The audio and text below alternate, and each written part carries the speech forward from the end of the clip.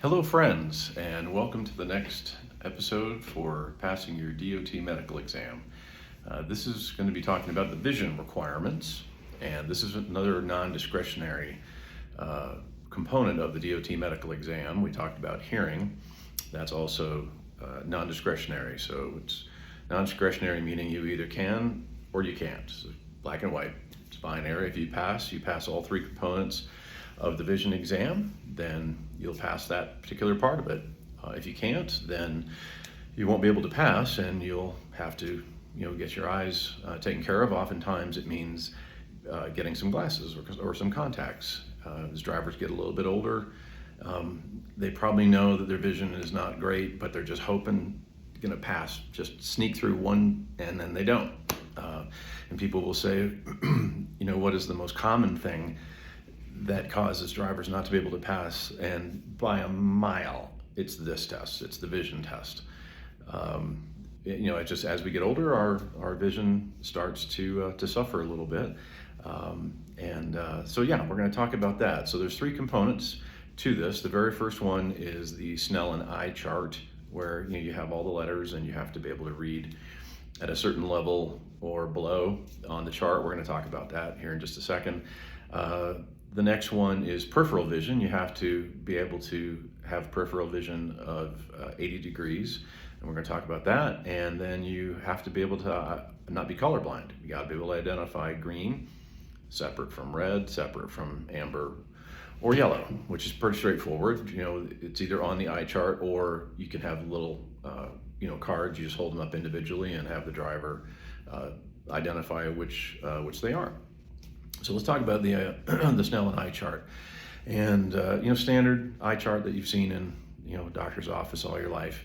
And the FMCSA, the Federal Motor Carrier Safety Administration, says that you must be able to see 20/40 or better out of each eye individually, and then both eyes together. So when we do that test, we usually have it set up on a wall at the right distance. I use a 10-foot chart. 20-foot is kind of the standard. When you talk about 20/40, 20/20, what does the 20 mean? That means the 20 feet. But you can use a smaller chart that is shrunk down to accommodate a standard room. Most of us don't have a room that's 20 feet long, so I use a 10-foot one. And so you sit in the chair, it's well lit, and then you look straight ahead, and you have to be able to see at least 20/40. So standard Snell and eye chart, and you can see here where I've put a circle around the 20/40 line. Let me bring that up so you can see the 20/40.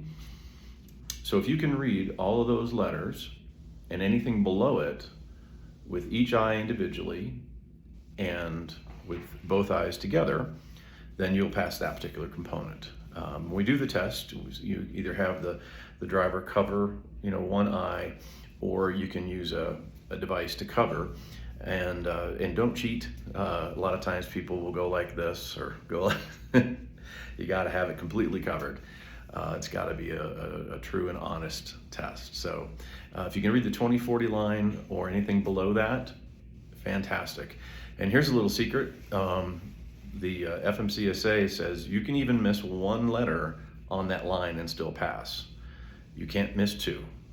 A lot of letters, when you're right on the edge of passing, not passing, a C and a Q can look very, very close. You can actually miss one letter and still be able to pass, but you got to get all the other ones on the line. And oftentimes I'll cover everything above that 20/40 line on the chart, because it doesn't matter if you can see that. It's got nothing to do with the test. If you can't read 20/40 or anything below it, unfortunately, you're not going to be able to pass that particular component. The next one, let's just jump to the colors. Again, very easy, red, green, yellow, or amber. Be able to identify those and call those out. And then the third component is the peripheral vision test. So if you think about this, straight ahead, straight towards you being 0, and then as we swing around towards my ear, that be 90 degrees. Well, most people can't see if I wiggle my finger next to your ear, but 80 degrees. So what I'll do is I'll have the driver cover their eye completely, and then you bring your hand around, the examiner does, and you start to wiggle and have the driver look straight ahead. They can't look off to the side and cheat. Got to look straight ahead, and then they tell you, when do you see my finger wiggling? And most people, once you just get a little bit past the ear, they can see it just fine. But you just make sure that you're looking straight ahead, because the examiners are trained to watch your eye and make sure you're not looking, cheating off to the side. And do that on both sides. So those are the three components. If you can pass those three components of the eye exam, then you've met the non-discretionary requirement for that particular part. Please subscribe, comment, like, and share. Hit the bell for future notifications. And we're going to be doing a lot more of these, talking about the different components of the exam. Thank you for supporting the channel so that we can get the truth out there about how this works, so we can allow you to be able to come prepared.